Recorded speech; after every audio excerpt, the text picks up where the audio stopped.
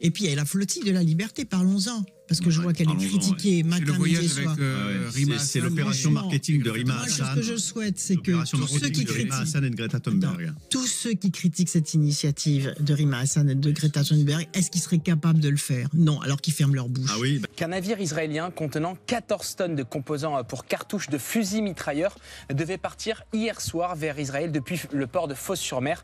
Disclose explique que c'est la 3e expédition de ce type entre Fos-sur-Mer et Israël depuis le début de l'année 2025. Après ces révélations, les dockers de la CGT ont décidé de ne pas charger le bateau. Bienvenue sur Das Polémique. Aujourd'hui, nouvelle vidéo actuelle dans laquelle on va parler du karma qui semble frapper ceux qui ont participé même indirectement au génocide à Gaza. Et on commence tout de suite avec une plainte déposée par une Française qui accuse les autorités israéliennes de génocide et d'avoir tué ses petits-enfants. Une mère de famille a déposé plainte à Paris aujourd'hui pour meurtre et génocide. Elle accuse les autorités israéliennes d'être responsables de la mort de 2 de ses petits-enfants, 2 enfants français dans la bande de Gaza. Eh bien, il vivait dans le nord de Gaza puisque sa fille travaillait dans l'humanitaire et au début des années 2010, elle s'est rendue en Palestine où elle a rencontré celui qui allait devenir ensuite son mari et le père de ses enfants, un homme palestinien. Ils sont donc restés vivre là-bas. Alors, elle est rentrée dans un premier temps en France. Elle a eu sa première fille qui est née en France. Elle a vécu 3 ans avec elle en France. Elle s'appelait Jana, cette petite fille. Et donc, cette grand-mère que l'on voit là a connu sa première petite fille, Jana. Ensuite, sa fille est rentrée de nouveau vivre à Gaza en 2016, où ses 2 autres enfants sont nés. Et donc, la fille et le garçon du milieu ont été tués en octobre 2023. Le plus petit a survécu malgré de très graves blessures et il vit toujours actuellement à Gaza avec la fille de cette femme. Et cette plainte n'est pas anodine. En plus de la médiatisation de cette affaire qui marque un changement important dans la manière dont le conflit israélo-palestinien est couvert, cette plainte pourrait aboutir à des mandats d'arrêt internationaux contre tous les complices de ce génocide. Si une plainte judiciaire déposée en France par une grand-mère peut avoir comme impact, notamment de faire lancer des mandats d'arrêt internationaux contre tous ceux qui peuvent, être d'une manière ou d'une autre, être complices ou auteurs de ces faits. Alors il y aura une dissuasion politique. Nous pensons véritablement qu'avec une simple plainte déposée en France, on renforce l'ordre juridique international, l'ordre pénal international, qui est fracturé, et on le voit, malgré les décisions de la Cour internationale de justice, malgré les mandats d'arrêt lancés par la Cour pénale internationale, eh bien, il n'y a pas d'arrêt de ce nettoyage ethnique. Il se continue et il ne cesse. Et comme par hasard, le même jour, on apprend que, regardez, la justice, et plus précisément le parquet national antiterroriste, ouvre une enquête pour complicité de génocide contre plusieurs franco-israéliens accusés d'avoir participé à des actions de blocage de l'aide humanitaire. Il évoque aussi des indices de complicité de génocide et de crimes de guerre. Et cette enquête concerne entre autres Nelly Kufer-Naouri. Eh oui. On va enfin payer les gars. Le parquet de Paris a ouvert une enquête pour complicité de génocide et complicité de crimes de guerre contre elle et 2 autres personnes. J'espère sincèrement qu'ils vont lui retirer la nationalité française et que si elle remet un pied en France, ils vont lui passer les menottes direct. C'est un bon début mais c'est pas suffisant les gars. Tu vois des commères, il y en a tout plein. Ceux qui ont fait l'apologie d'un géno à la télé en toute décontraction, qui ont déshumanisé les Palestiniens, ils doivent payer. Tous ceux qui ont pris le parti d'Israël et de son gouvernement devront payer devant la justice. Sachez-le, si vous vous croyez en sécurité aujourd'hui et si vous dormez sur vos 2 oreilles, ça va pas durer les gars. Parce que la justice, elle finira par faire son travail tôt ou tard. Désolé de vous imposer sa tête de sorcière derrière moi les gars, mais en vérité cette nouvelle, elle est réjouissante et je voulais la partager avec vous. Tu vois, elle se croyait tout permis, elle est avocate, elle pensait pouvoir tirer les ficelles du droit français. Mais la ficelle, elle va lui revenir en pleine gueule, comme on dit. Il était temps. Il était temps parce que depuis 1 an et demi, moi comme beaucoup d'autres, on n'a pas cessé de montrer les vidéos ignobles de cette femme. Dès les premiers bombardements, elle se filmait en disant qu'elle espérait voir Gaza rasé. Que Gaza soit aussi à portée de leurs armes et de leurs bombes et qu'il ne reste plus rien de Gaza et qu'on puisse y installer une grande Itiashvut, une grande réimplantation juive, si Dieu veut, parce que aujourd'hui ce que l'on veut, c'est que Gaza soit rasé complètement, que notre aviation pilonne toute la ville. Quelques mois plus tard, elle s'est encore filmée décidément pour se vanter d'avoir bloqué l'aide humanitaire à destination de Gaza. Teisha, l'organisation qui a mis en place, qui a pris l'initiative du blocage des camions de ravitaillement du Hamas, il est totalement immoral de penser une seule seconde à ravitailler la population civile qui est tout sauf une population civile innocente. Vous savez que tous nos soldats trouvent continuellement des armes dans chaque maison, dans chaque appartement, que ce soit dans les ours en peluche des enfants ou dans les jardins d'enfants. On trouve également des entrées de tunnels. Rien ne les arrête. Il n'y a pas de population civile innocente à Gaza. Il est donc immoral de faire passer des camions soi-disant humanitaires pour la population. Et on ne parle même pas de toutes ces apparitions sur I24 News où elle dit fièrement qu'il faut déporter les Gazaouis, que les bombardements doivent continuer sans relâche, etc., etc. Je pense que le lancement de cette enquête était dans les tuyaux depuis un moment, et certains ont dû en être informés, voilà pourquoi ils commencent à retourner leur veste. J'espère que d'autres enquêtes suivront, notamment à destination des médias, qui ont joué un rôle clé dans la propagande sioniste.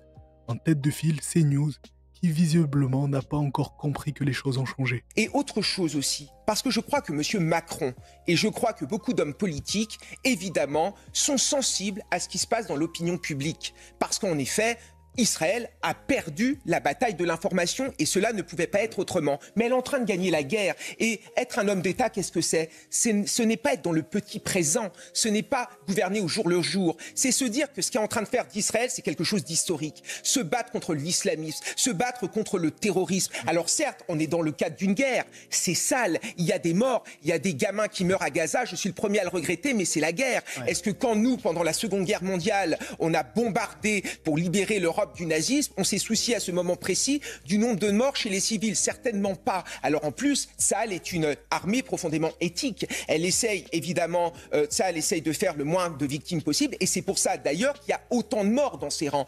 Un jour, monsieur Kevin Bossuet, il faudra répéter tout ça devant un tribunal et on verra si tous ces gens-là auront la même énergie. Parce que dire que l'armée israélienne et son gouvernement sont profondément éthiques, ça se paiera un jour. Surtout maintenant que tous les mensonges ont été exposés. Vous vous rappelez cette histoire selon laquelle le Hamas volait l'aide humanitaire et que c'était pour ça qu'Israël bloquait son accès à Gaza?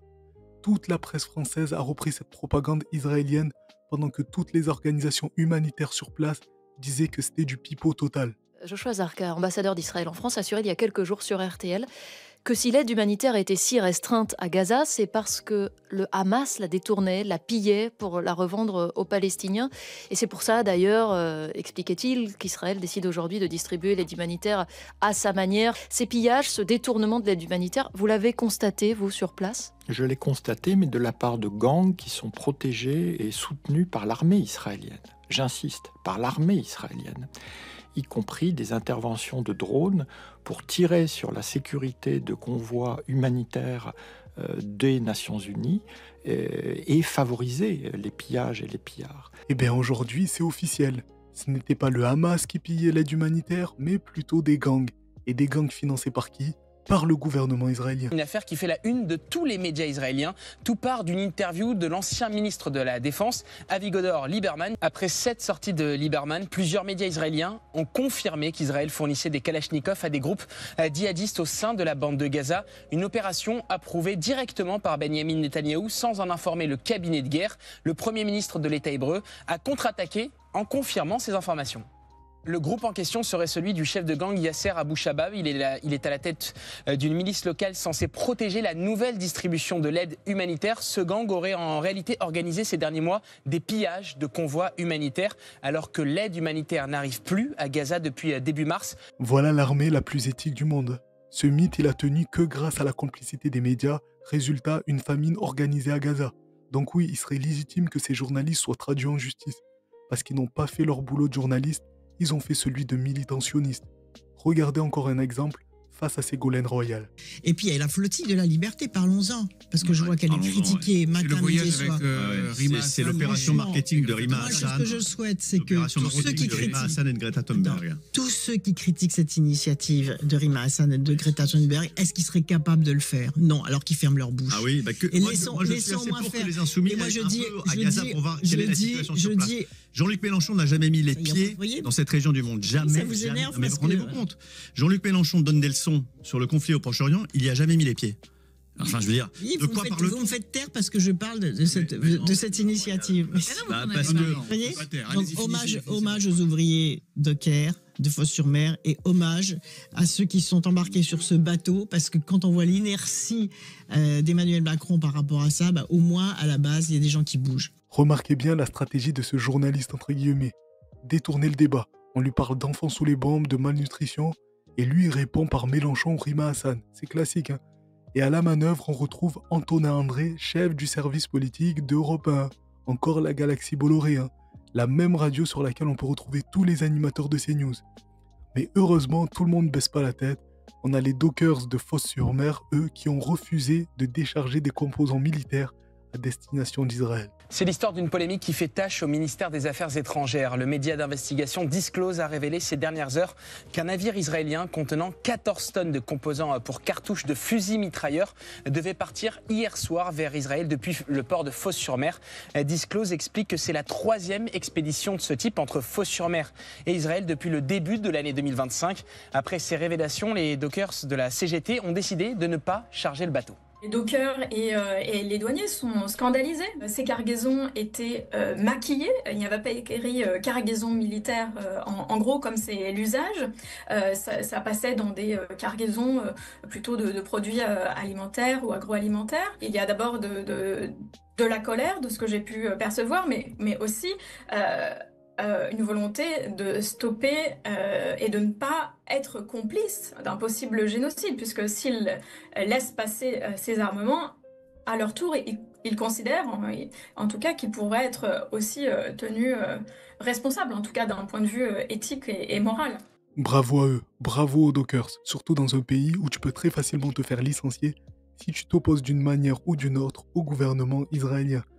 Mais en réalité, c'est normal, ils ne veulent pas être complices d'un génocide, à l'inverse du gouvernement français qui condamne fermement les agissements israéliens, blablabla, mais en même temps livre toujours des armes à Israël. Et le pire, c'est qu'ils nous prennent vraiment pour des imbéciles. Écoutez le ministre des Affaires étrangères nous dire que la France livre des armes non pas destinées à attaquer, mais à se défendre. Ben oui, parce qu'une balle pour se défendre est différente d'une balle pour attaquer, c'est bien connu. Une autre question se pose. La France livre-t-elle des armes sans en avoir l'air en pièces détachées à Israël? Je vous pose la question parce que les dockers de Fos-sur-Mer le pensent. Ils se sont mis en grève car ils ne veulent pas charger des composants militaires qui devaient partir en Israël. Est-ce que c'est un problème? Il faut raison garder. Rien n'a changé, si je puis dire. Nous ne livrons pas de matériel militaire utilisé à Gaza. Il y a 2 exceptions. Ce sont les composantes qui permettent à Israël de se défendre, notamment avec le dôme de fer. Nous reconnaissons le droit d'Israël à se défendre.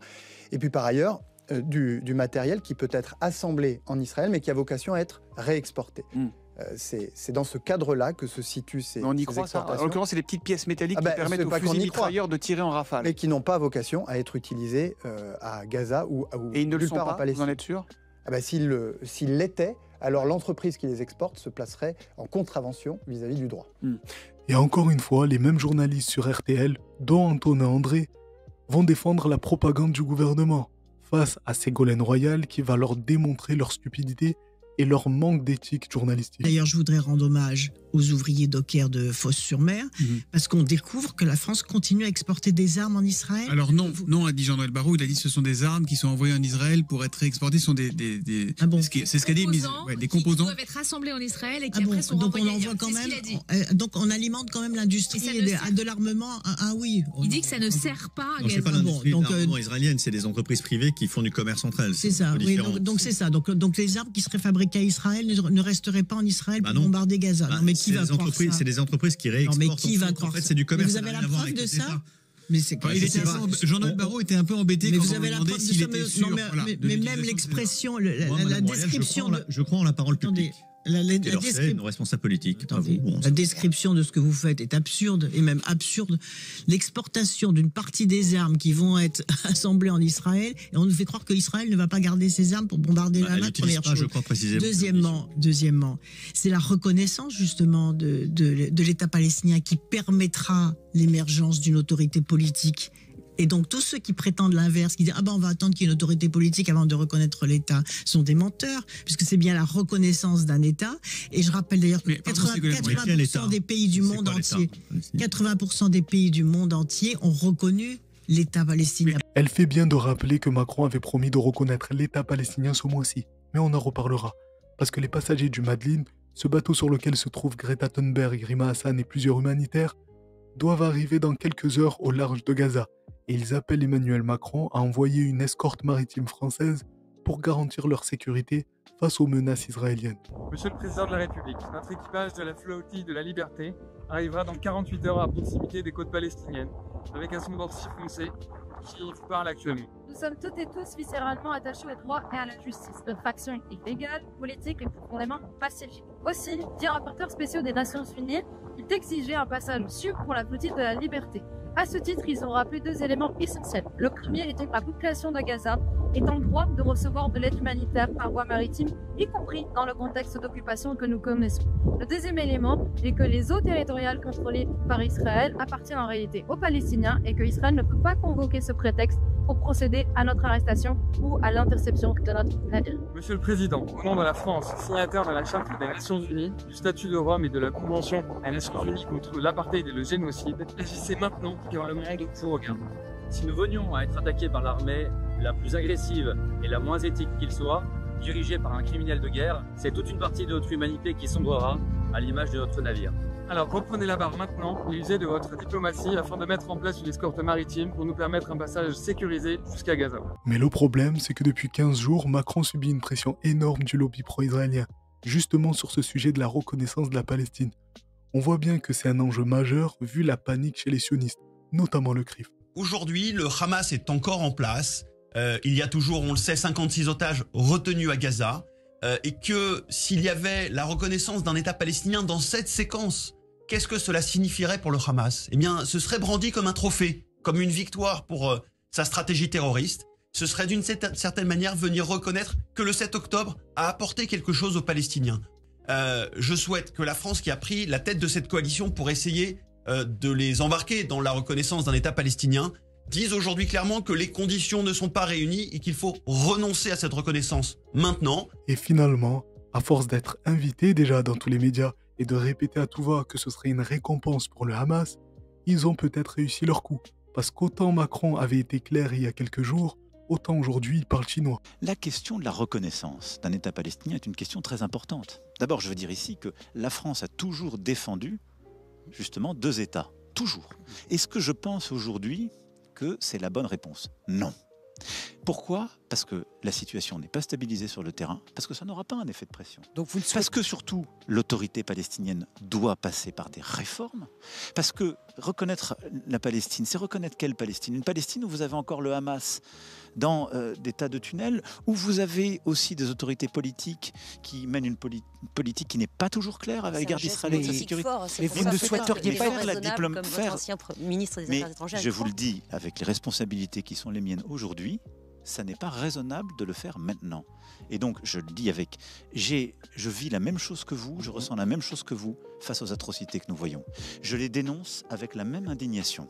Mais on ne reconnaît pas un État sur la base d'une indignation. On essaie de le faire dans un processus. Voilà, donc s'il fait prout face aux lobbies sionistes en France, honnêtement, j'ai peu d'espoir quant au fait que Macron envoie une escorte pour s'opposer à Tsahal et protéger Rima Hassan, Greta Thunberg et tout le bateau. J'ai de sérieux doutes. Voilà, dites-moi ce que vous en pensez en commentaire. N'hésitez pas à vous abonner, mettre un pouce et partager. Moi, je vous donne rendez-vous à la prochaine vidéo. En attendant, prenez soin de vous, c'est important. Respirez un bon coup. Merci d'avoir regardé la vidéo jusqu'au bout. Dans tous les cas, on est ensemble. Ciao.